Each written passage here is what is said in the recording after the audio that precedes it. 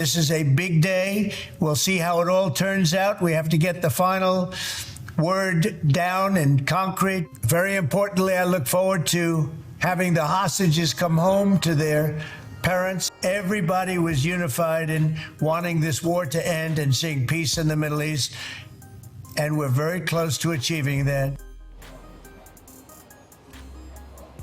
As we prepare to mark 2 years since the October 7th terrorist attacks this week, we have one of the most significant developments in some time. Hamas partially agreeing to the White House's peace plan, specifically agreeing to release the 48 hostages from Gaza. But the terror group has yet to agree to surrender weapons or relinquish control of Gaza for good. Let's bring in Hugh Dugan, the former acting special envoy for hostage negotiations under the first Trump administration. Thank you so much for joining us this morning. Good morning. So what is your level of optimism right now? Well, the practice of diplomacy is one of managing expectations. And although this does provide hope for a larger resolution in the region, and of course immediate hope to those suffering and their families, let's remember that our expectations need to be managed carefully so that we don't get ahead of ourselves. So I was interested in Hamas's response to President Trump's. They said, yeah, okay, we think we can agree to this, but we want to negotiate more. It was kind of a final offer that President Trump made.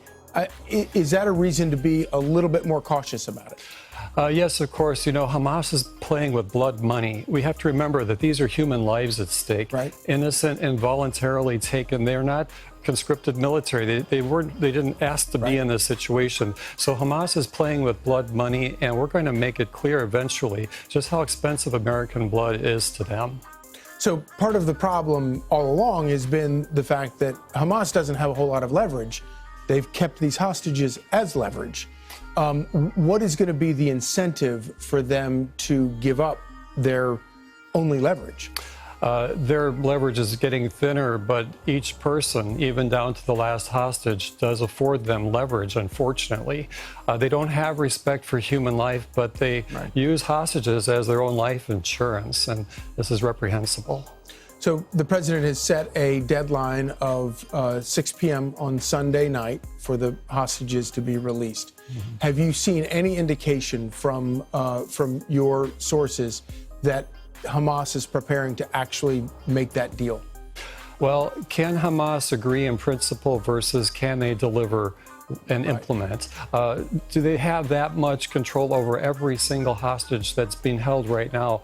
Will they be able to deliver? Is the fog of war going to be their excuse not to be as swift as possible? I hope we can stick to that deadline. President Trump has been working with great dignity on this very sensitive issue. We haven't seen other sources like the United Nations, unfortunately, take action. Could this be his eighth big resolution of an outcome this year without UN help? The UN has a role eventually. Let's hope that it can put together some plan that can help secure the peace on the ground eventually. But without such UN reform, U.S. participation in peacekeeping is going to be at risk.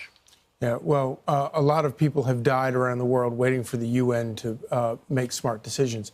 Hugh Dugan, thank you so much for joining us. Thank you.